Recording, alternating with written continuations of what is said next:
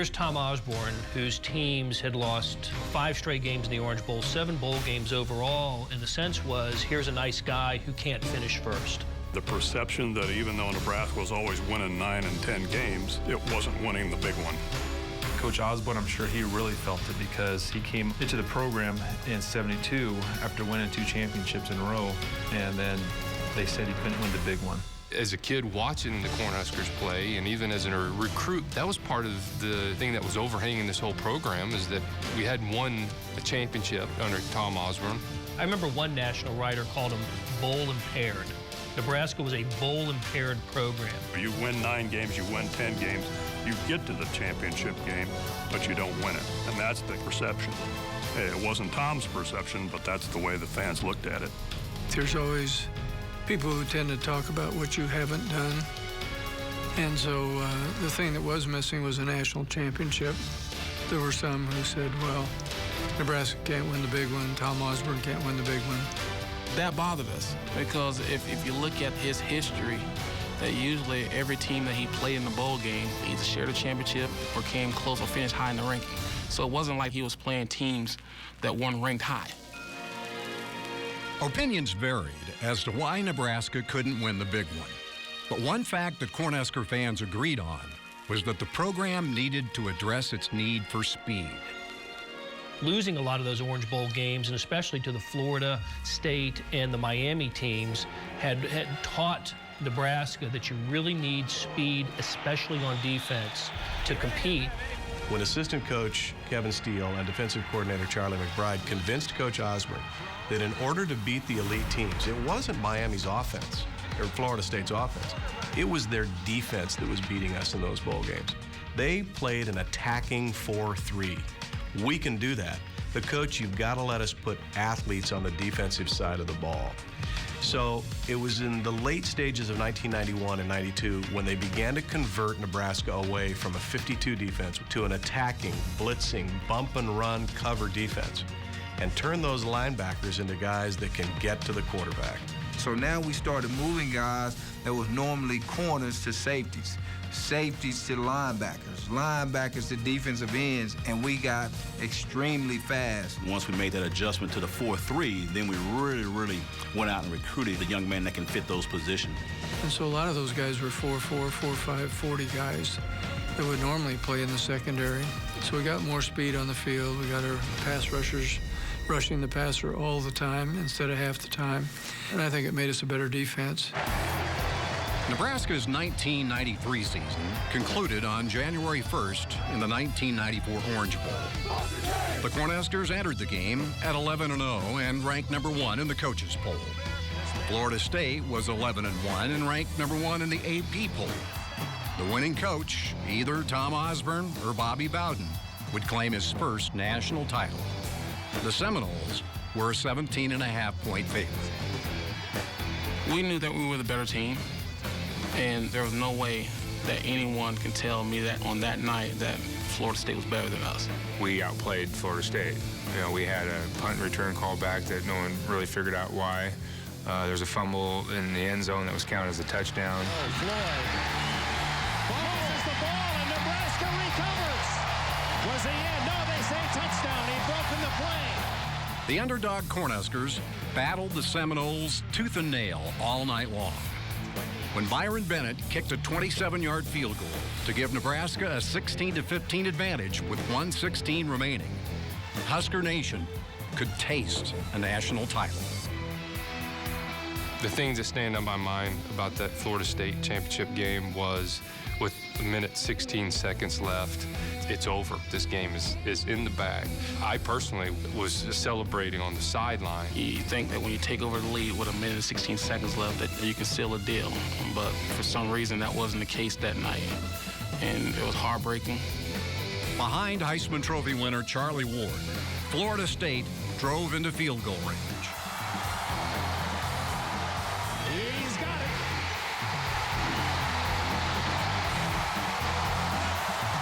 We still gave ourselves a chance after that. Well, we drove the ball down the field and had an opportunity to kick a field goal. And I've always told people that the last thing you want to do is put the fate of a game on the leg of a kicker, because anything can happen. 45 to steal it from Florida State and to give Cinderella, Nebraska a tremendous win and a national championship. And he hooked it left. Florida State wins. It was a very devastating loss against a very good Florida State team that ended up winning the '93 national championship. But when we looked back on it, we also looked at that '93 Florida State team as a team that was literally who's who of the next year's NFL draft. We came 1 second and a missed field goal away from beating them. Just an incredibly talented team in Florida State. And we should have defeated them and won the national title in '93. I think that led to an uncommon resolve in the offseason among our players going into the 1994 season. I wouldn't say that the 1994 team was the most talented team I'd ever coached, but they probably had the best chemistry and the most commitment and resolve.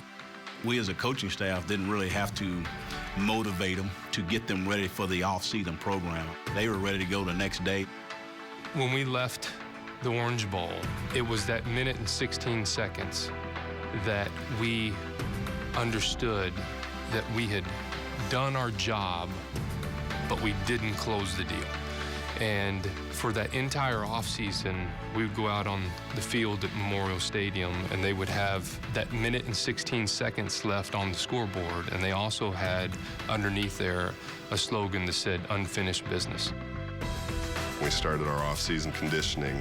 At the end of every single session, we'd put a minute and 16 seconds on a clock, and we worked as hard as we physically could for a minute and 16 seconds longer. You learn a lot about your teammates because at the end of those workouts, you wouldn't think you could take another step. Well, it turns out you can.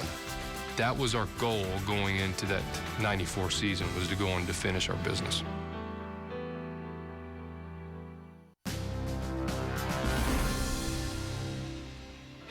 There's a guy in the game that was playing across from Brendan. His name was Dusty Beavers. And poor Dusty, you know, Brendan's just working him over. And so he's covering Brendan, so I'm uncovered most of the game. So I'm coming down and Brendan will be blocking him. I'm just getting free shots and just taking this guy out, right? And so I come down and hit him, and his helmet must have flown 10 yards up in the air, right? So we have a timeout, and Dusty's on a knee there, and I'm yelling, "Beavers, you had enough, Beavers? You want some more of this, Beavers?" And I'm looking over, and here's the referee standing here, and he's laughing. And I look at Graham, and he's laughing. And I apologize to Dusty if he ever watches this.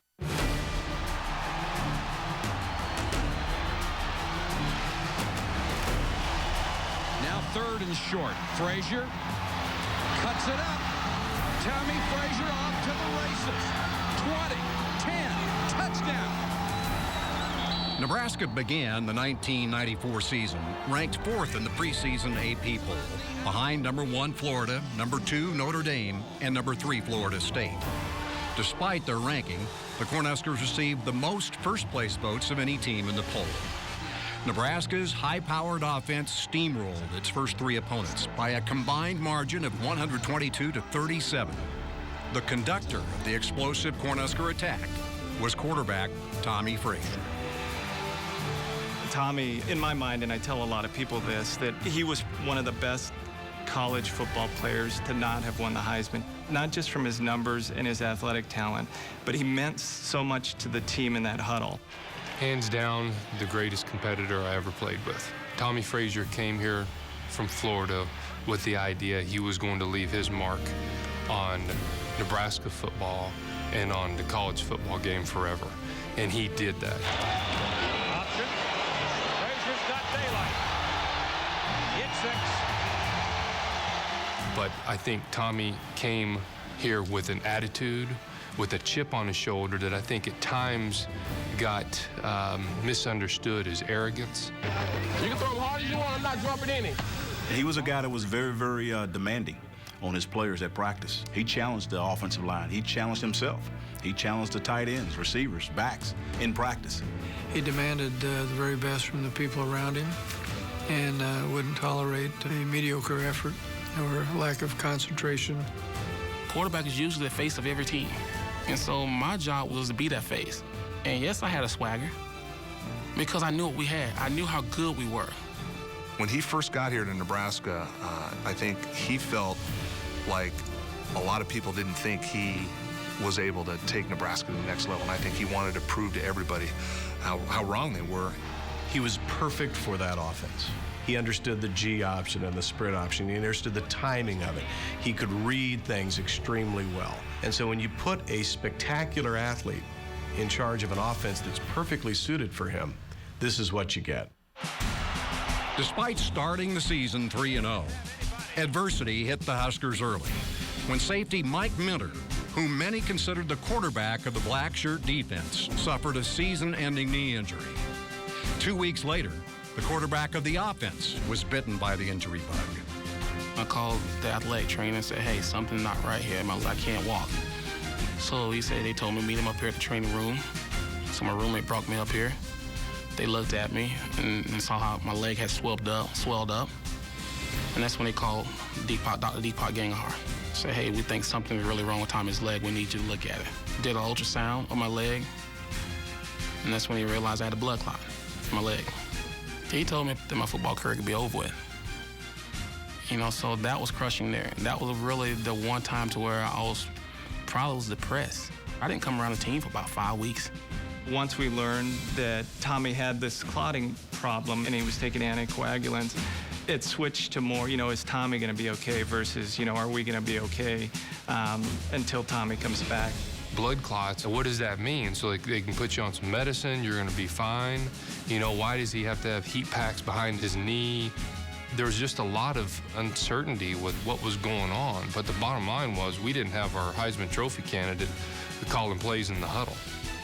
Losing Tommie at that time, I think, solidified us even more as a team because we had to unite not only around Tommie and support him through his injury, but now we had to rely on everybody. It was a gut check for us guys up front with the pipeline. It was a gut check for Brook Berringer.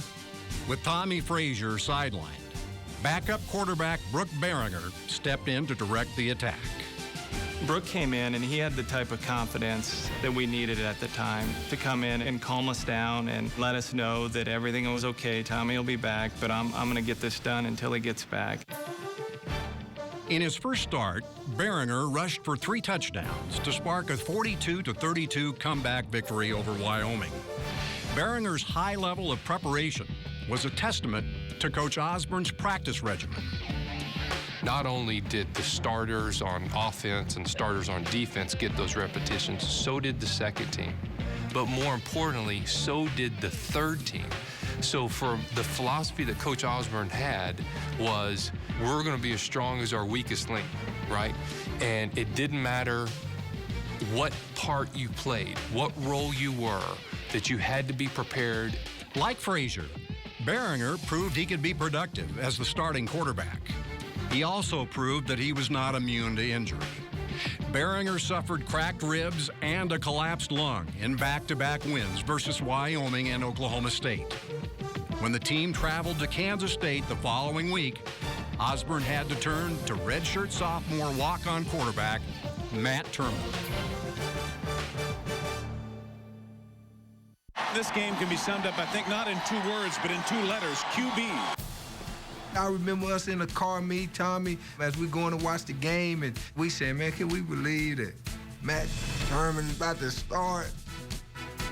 It was a rain day, and he ended up doing the warm-ups, and the first time we go out there and they have a ball, put a ball in his hand, and the ball falls out of his hand backwards. And I looked at one of the receivers coach, and I said, gave that eye look, and started shaking my head like, okay, it's going to be interesting tonight. Looking back on it now, Coach Osborne and Coach Gill were probably scared to death. We're taking our third-string quarterback, a walk-on who's $190, 5'10", and we're putting him in the game to continue our march towards a national title and to continue this undefeated season. And they have to be just scared out of their mind, but they never once showed it. He was our Rudy. You have a walk-on who grew up here in Nebraska. Dream was, all I want to do is play for Nebraska. If you do a movie about Rudy, then you can do a movie about Matt Turman.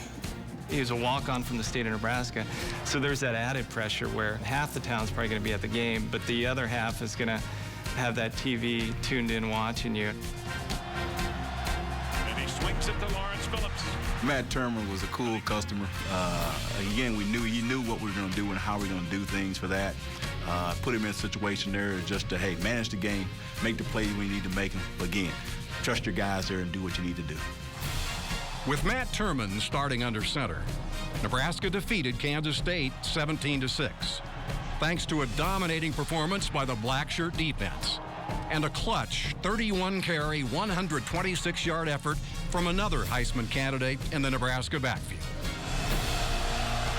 Lawrence Phillips, the workhorse again. Big hole, big game. He is the greatest talent this program has ever had at that position, pound for pound. He was that unique combination of speed, power, size, agility. He was a 1990s version of Gale Sayers, a 1990s version of Herschel Walker. Lawrence was a cut above, and Lawrence was a cut above everybody else that was around in the country. And everyone noticed that when he came in '93, that Lawrence was very talented. And to be dead honest with you, as hard as it could be, but Lawrence and I are great friends still to today.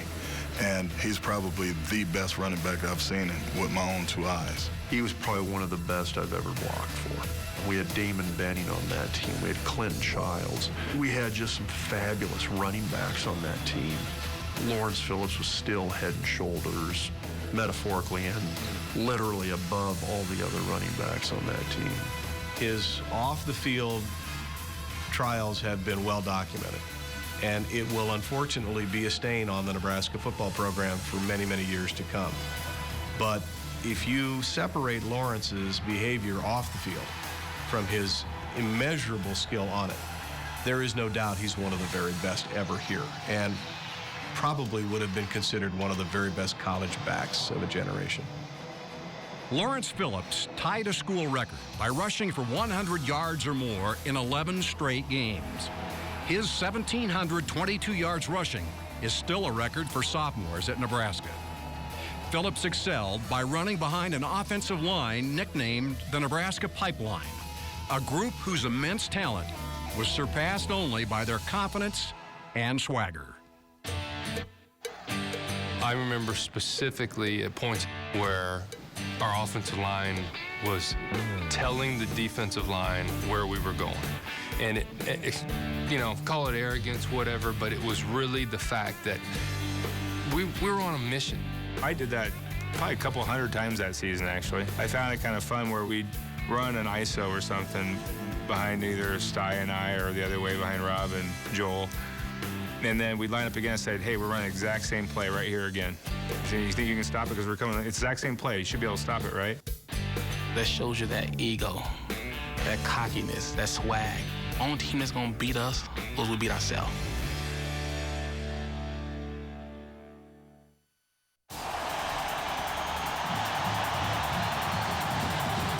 Receiving will be Nebraska, 8-0 on the season. The game is on. This game was huge. You know, that's all we talked about. That's all the fans talked about. That's all the students talked about in class. You know, are we going to beat Colorado? It was kind of the Clash of the Titans type thing. You know, we had one of our best teams. They had one of their best teams. Probably two of the most talented teams both schools ever had. Other than the championship games, my favorite game I had an opportunity to play in. I think at one point in time that Colorado defense had 10 guys who started in the NFL. From an emotional standpoint, we were more ready to play that game than we were even that Miami game for the national title. And I think it showed on the field. Colorado entered the showdown with Nebraska, ranked number 2 in the AP poll. The third-ranked Cornhuskers desperately needed a win to keep their national championship hopes alive.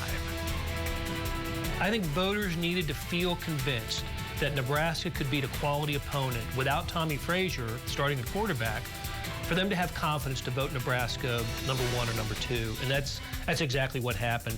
Colorado had no chance. It was the 200th consecutive sellout at Memorial Stadium. It was a beautiful fall day. The national television audience, yes, the Buffaloes had great talent. They had spectacular talent on defense, but this was a game where Brook Berringer came out and played his very best game, and the defense played a spectacularly good game. Stewart on the option. Down he goes. Number 99, Terry Corneli. Corneli blowing up the middle. That was clutch. I mean, we knew we had to play big in that game. And Brook knew he had to play big. There was a lot of question marks going in on Brook Berringer. Could he do it against a real good opponent? And he played flawless. Winning the game wasn't going to be enough. We had to make a statement. And so we knew that. The fans knew that. The media knew that. And so Brook did what he'd always been doing. He always had a great completion percentage. He always ran the ball well. He always made incredibly good decisions. It's just he got out there and did it on that day, and he did it against one of the best defenses in the country that season. Before the Colorado game, Bill McCartney, the Colorado coach, said he wasn't sure whether Brook Berringer could handle the pressure of a game like that. That's famous last words, probably. Yeah, he handled it pretty well. Nebraska ambushed Colorado, scoring the game's first 24 points, defeating the Buffaloes 24-7. Phillips on the last play of the game. And the 75th edition of Oklahoma against Nebraska is in the books, folks. The final score, 13-3. Let's make sure that we do whatever it takes next month to get the thing done. Lots of programs go 20, 30 years and never get to this point. So let's finish it off. You know, whatever they give us, we'll take it. Let's make it work, okay? Congratulations, did a great job.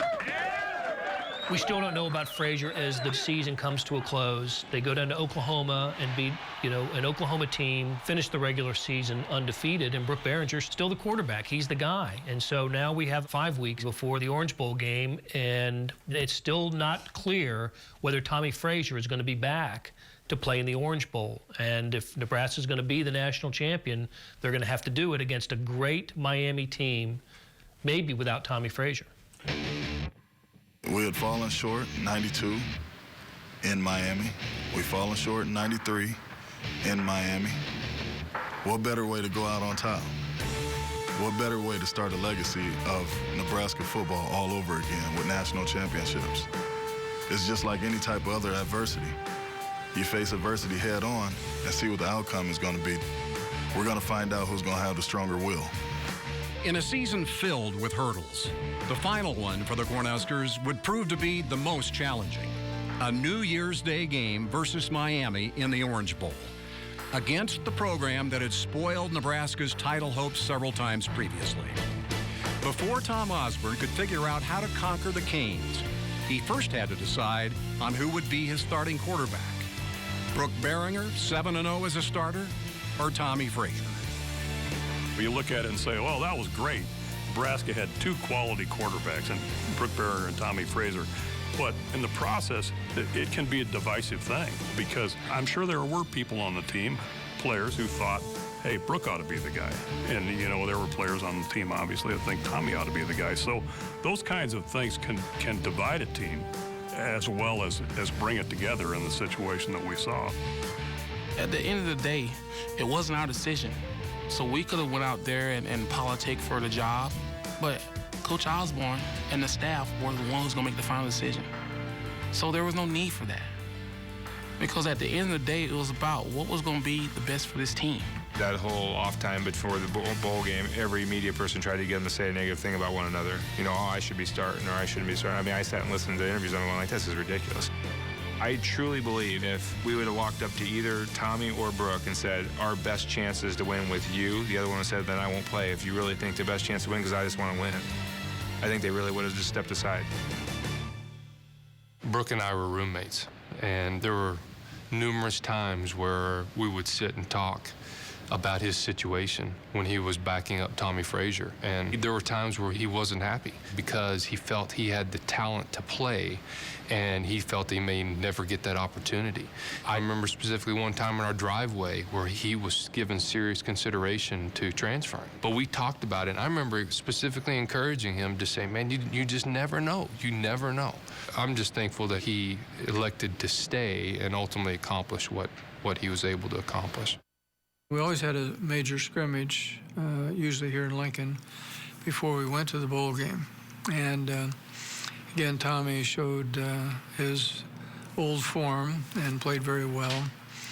And we felt that his ability would be the best matchup for Miami's defense. They had a very fine defense. But we also resolved that we would play both of them pretty much interchangeably.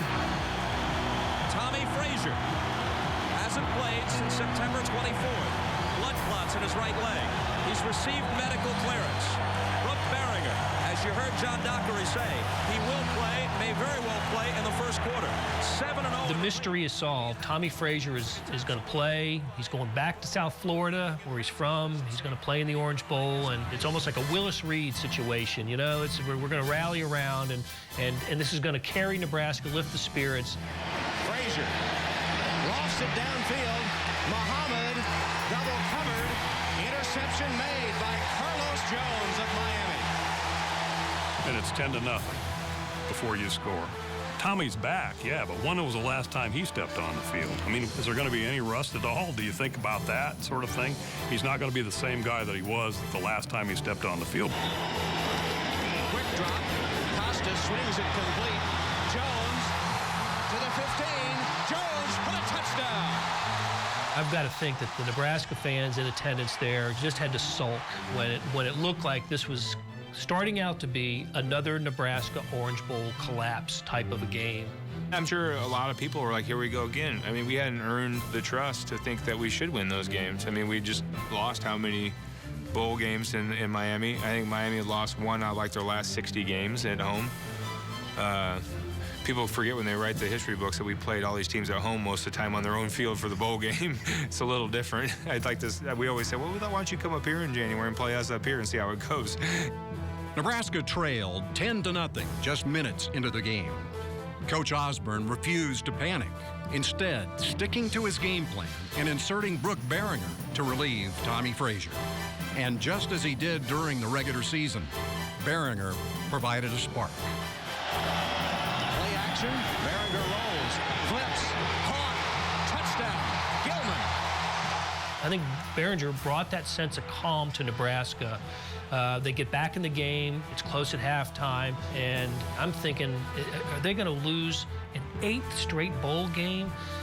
It would have been the most crushing defeat for Nebraska in its stretch of bowl losses.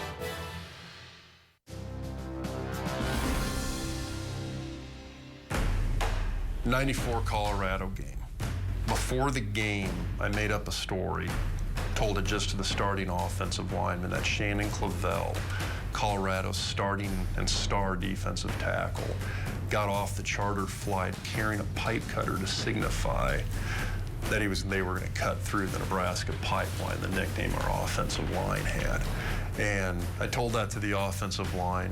A lot of the guys got awfully fired up about it. The best part of it, though, I always thought, was walking through the locker room after the game. The press interviews are wrapping up, and I still heard 2 or 3 offensive linemen on the team talking about how, with their defensive line carrying a pipe cutter off of the plane, that was something that really served to motivate them to go out and really just put this absolutely dominating performance on Colorado that day. But it was a completely made-up story. One of the things that was just amazing about Coach Osborne was he had this uncanny ability to predict. I think we're going to wear them out. Matter of fact, I know we are. One time we were playing Colorado, and he said we'll score on the first play because he had designed this new option and a new way to block it. And first play, we pitch it, and Mon Green goes down and scores, you know. And everybody's just like looking at each other like, how does he know this stuff? So just keep hammering them. In the fourth quarter, we'll be able to do what we want to do. Unbelievable. I've told this story a million times, but he literally called it almost minute by minute of the second half with his same. I mean, he's the only guy in the world that I know that cannot raise his voice 1 octave, not scream, nothing, and make a whole room go bonkers. You need a lot of pressure on that quarterback. You can see when he's under pressure, he does not do well. It was exactly like Coach Osborne called it. It was like he wrote a script. I mean, he literally read a script to us, and it's exactly how the game happened before the game was played. It's going to happen, and it'll happen late in the ball game probably, but we keep going, we're going to be all right. We compare him sometimes to Yoda because it was like one great big Jedi mind trick. Whatever he needed you to believe, he could get you to believe, and he could talk you through it. You could visualize, he could make his words come to life. And so to see his thought process and his sentiment validated, we had no idea at the half that what he said was going to exactly come to fruition, but you believed it. So then once the world got to see it and you hear those halftime clips and then you see what happens, it's almost like, see, we told you.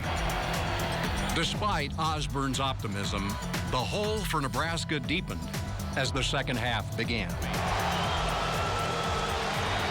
Costa's pass to a wide open Harris. Jonathan Harris cuts back. He's to the 15, to the outside. Harris racing for the end zone. Touchdown. Of all the second half prophecies Coach Osborne spoke, the one that changed momentum came when one of the team's most fiery competitors heeded his coach's warning and kept his calm. Fellas, now one last thing. Now listen to me. I'll promise you this. If you guys will get your hands down, they're going to get a critical penalty at a time that's going to kill them. He tells the players that there's going to be an incident in the half and don't respond. Keep your composure. And if you do that, we can be successful. And what happens? There's an incident in which if you lined up all the Huskers going into the game and say, okay, which guy is least likely to take that advice and not respond if he gets pushed around? Christian Peter would probably be the guy that you'd say, he'll retaliate. If you got in a fight in practice, if Coach Osborne was around, you immediately, no questions asked, didn't matter whose fault it was, who started it, you ran stadium stairs until he told you to quit running stadium stairs. And I can tell you that season that Christian Peter ran a lot of stadium stairs. Looking for the defense to make a stop here. Stewart on the delayed handoff. Flag, a late one coming in. Terwilliger and Coleman on the tackle for Nebraska. Flags are down on the flag. And another late flag. When it all came down to it, you know, Christian Peter, a guy who was maybe known to be the person who would end up getting the flag, actually was the guy who the penalty was committed against. To see Christian harness his emotions to do the right thing for the betterment of others around him in the heat of the moment, I think typifies two things. Number one, the influence of our coaching staff and the ability to have their thought process kind of trickle down to the players. And number two, the belief that we as players had in our staff that what they say will work. As the game wore on, the big team from the Plains had plenty of gas left in its tank, just as Osborne predicted. As for the speedy, athletic team from the South, that was a different story. I just remember the first half, Warren Sapp is playing defensive tackle, and we run a toss sweep to Lawrence, and it gets strung out. Warren Sapp tackles Lawrence 2/3 across the field on our sideline for no yards. And I just remember thinking to myself, how did that happen? You know, nobody does that to Lawrence Phillips. And when the middle of the third quarter rolls around, Warren Sapp isn't running from one hash to the sideline anymore. He's barely getting from one hash to the other. He's so tired from the pounding that our O-line has put on him. He doesn't have it anymore, and our team can see that. And it wasn't that they weren't playing hard or didn't want to win as bad as we did. You could just tell they were physically getting tired, and so that adds to your confidence when you see the other team being that tired. This is their home field, this is their home climate, and we were out working these guys. With the Hurricanes' defense showing signs of fatigue, the Nebraska ground game was poised to strike. They needed just 2 plays. Lawrence Phillips breaking tackles to the 20 with a cutback to the 15-yard line. Schlesinger. Touchdown. Trailing by 2 following the Corey Schlesinger touchdown. And with a national championship in sight, Nebraska readied for a 2-point conversion. Unlike 1984, this time to tie the score. Frazier will throw. It's good. 3-point conversion. Eric Alford made the catch. With the score tied at 17, Miami went 3 and out on its next possession. Then the MVP of the 94 Orange Bowl made his mark on the 95 game. Option. Frazier Frazier keeps, cuts up. He's got the first down. He's got more than that. He's spun down at the 28-yard line. We were out on the 14-yard line, and we ran a play that we did not run all season. We installed it for this game only, and every time we ran this play, I was running. I was going 15, 20 yards every single time, and it was interesting when he called that play in the huddle. I just felt and I knew I'm going to get in the end zone.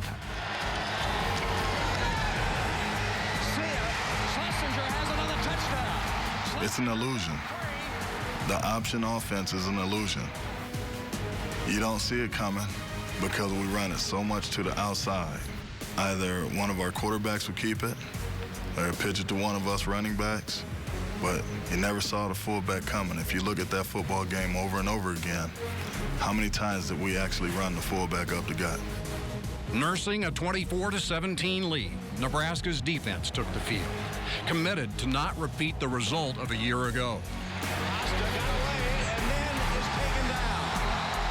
This time, the Cornhuskers would finish in style.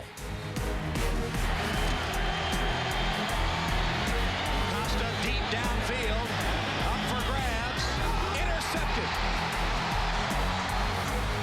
There had been so many frustrations, starting with the Orange Bowl after the '78 season when you had to play a rematch against Oklahoma in the Orange Bowl. I mean, it was just like one frustration after another. Clemson ends up getting a national championship at your expense. The one after the '83 season, the '84 Orange Bowl, where Tom goes for 2 and you come up short. So it's appropriate that the first national championship comes in the Orange Bowl, and I think that you have to battle back, that you're behind, and you have to come back, and in the fourth quarter, when Nebraska prides itself on being the most physical team and the best conditioned team, that's when you win it.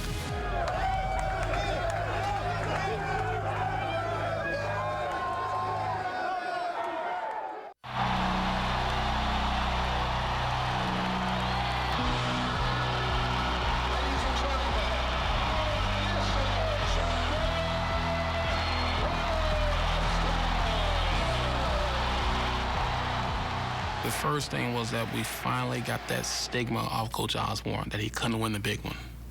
I think we're more excited for him than we were ourselves. We ought to do this more often, don't you think? I'd like to thank you very much. I know you've been here a long time, and it's certainly taken a lot of patience on your part. About 22 years of it, I guess. But I just got a couple things to say. On behalf of the entire team, I'd like to thank Coach Osborne, the best football coach in the country. Feels good, doesn't it, man? People wonder why I left the state of Texas to come play football here, and look what we got now, national championship. To be honest, it wasn't enough. It wasn't enough because of the previous 2 years, 92 and 93. It wasn't enough. We wanted more. So we took a little bit of time off. We knew that we were national champions. After it sank in, we went right back to work because we knew what that feeling felt like, and we wanted it again with my senior class in '95. We were going to be seniors that next year, and we didn't want to go out losers. You know, we saw how great it was for that senior class to go out on the top of the world, and we said to ourselves that this is just the start, and we're going to finish this right our senior year because we don't get a year after this. In 1995, those seniors remained perfect, winning 12 games and repeating as undefeated national champions with a 62-24 victory over Florida in the Fiesta Bowl. For the third straight year, Tommie Frazier was named MVP in a bowl game. And Brook Berringer, arguably the hero of the '94 season, was his backup.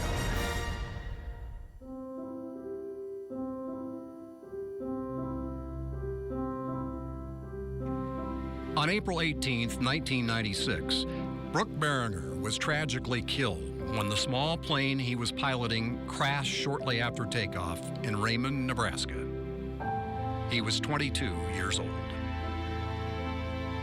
I think his death probably had more impact on our football team than any one event that I can remember, because everybody respected him, they admired him. I think a lot of people when they're young, they think they're bulletproof. They think they're going to live forever. And a lot of our players realize that, if a guy like Brook could be taken from us that quickly, that maybe you ought to think a little bit about what your life's all about, what's really important in the long term. The news of him dying in that plane crash was, God, it was just like a stab in the heart. Losing one of your best friends after everything we went through, and collectively winning another championship the next year, it was a tremendous tragedy. But I'm just very thankful to have known Brook, and I'm going to do everything I can to continue his legacy. Matter of fact, the name of my little daughter's middle name is Brook after him. What would happen? What would we see from Brook 10 years from now, 20 years from now? Would he have a great NFL career? And everybody was sure that he would, because he was a perfect pro-style quarterback. Would he come back and, open a business in Nebraska? Or would he fulfill his dream of becoming an airline pilot? It was lost promise. He's had a profound effect on the state of Nebraska and the fans that follow Husker football. For a guy that had one season as a starter, for him to be held in such high regard after that one season is a testament to what everyone saw in his character. And then the next year, he lost his starting job to Tommie, because Tommie was back. And for him to hold his head high and play behind Tommie all year and not complain one bit, I think to his teammates and to the state of Nebraska, it showed everyone what his character was all about, and it made everyone feel good about him as a football player, but more importantly as a person. You will never see at any other university to where the backup quarterback is just as big in a given year as a starter quarterback. And the reason why, because of the way he played, the things he did in the community, the type of teammate he was, to where he was always encouraging. We knew that we had each other's back. I think a lot of it was that Nebraska saw in Brook Berringer a lot of what they'd like to see in themselves. He was kind of a hard-working Midwestern guy, just do the right thing and step up when the opportunity comes, but don't complain, just work hard. And I think that's the way Nebraska people see themselves that way. And so I think some of it was Brook Berringer represented what they felt was the best part of being in the Midwest. It reminds me of a line from Shakespeare. It applies, I think, to what most Nebraskans thought, and that is, death lies upon him like a frost upon the prettiest flower in the field.